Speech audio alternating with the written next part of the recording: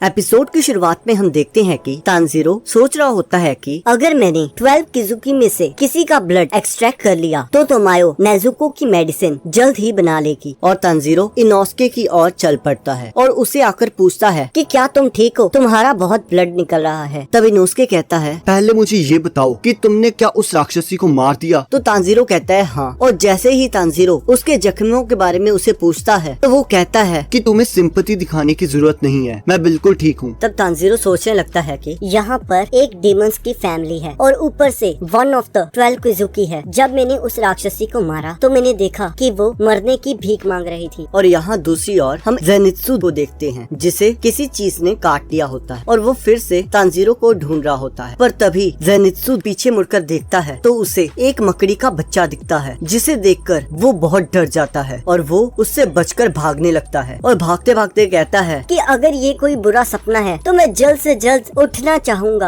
अब जैसे ही वो आगे देखता है तो उसे बहुत सारे लोग स्पाइडर बने हुए दिखते हैं जो कि हवा में लटक रहे होते हैं और वो देखता है कि एक घर भी हवा में फ्लोट कर रहा होता है। और तभी जेनित्सु देखता है कि एक बहुत बड़ी मकड़ी उस घर से बाहर आती है जिसे देखकर वो बहुत डर जाता है और वो वहाँ से भागना शुरू कर देता है और कहता है मुझसे बात मत करना। पर वो स्पाइडर कहता है तुम बैटल हार चुके हो। तब जेनित्सु कहता है कि तुम्हारा क्या मतलब है। तब वो स्पाइडर कहता है अपना हाथ चेक करो। और जैसे ही जेनित्सु अपना हाथ देखता है तो उसे एक स्पाइडर ने काटा होता है और तब वो स्पाइडर बताता है कि तुम जल्द ही स्पाइडर में कन्वर्ट होने वाले हो, आधे घंटे में तुम मेरे गुलाम होगे। अब हम देखते हैं बहुत सारे स्पाइडर्स जेनित्सु पर हमला कर देते हैं जिनसे डरकर जेनित्सु भागकर पेड़ पर चढ़ जाता है। और तब वो स्पाइडर कहता है कि तुम्हें डरने की क्या जरूरत है, जल्द ही तुम स्पाइडर में कन्वर्ट हो जाओगे और अपनी ह्यूमैनिटी लूज कर दोगे। और तब जेनित्सु कहता है चुप कर जाओ, मैं स्पाइडर नहीं बनना चाहता। और हमें जेनित्सु का पास दिखाया जाता है जहाँ एक बूढ़ा आदमी जेनित्सु को पेड़ से नीचे उतरने को कहता है। पर जेनित्सु कहता है कि मैं मरना नहीं चाहता, कि अगर मैंने और ट्रेनिंग की तो मैं मर जाऊंगा। तब वो बूढ़ा आदमी कहता है कि तुम इस लेवल की ट्रेनिंग से मरने नहीं वाले। और तभी हम देखते हैं कि जेनित्सु के ऊपर बिजली गिरती है जिससे उसके हेयर कलर चेंज हो जाते हैं। और तभी हम देखते हैं कि उन स्पाइडर्स को ऊपर आते देखकर जेनित्सु बहुत डर जाता है और वहीं बेहोश हो जाता है। और तब वो स्पाइडर कहता है मुझे इस लड़के का समझ नहीं आ रहा, ऐसी सिचुएशन में कोई बेहोश कैसे हो सकता है? क्या ये सच में एक डेमन स्लेयर है? और हम देखते हैं कि जेनित्सु नीचे की ओर गिरने लगता है और तब हमें जेनित्सु का एक अलग रूप देखने को मिलता है और वो उस स्पाइडर पर हमला कर देता है। पर वो स्पाइडर उस पर पॉइजन फेंकता है पर जेनित्सु उससे बचकर नीचे लैंड कर जाता है। तब वो स्पाइडर कहता है कि ये क्या हो रहा है,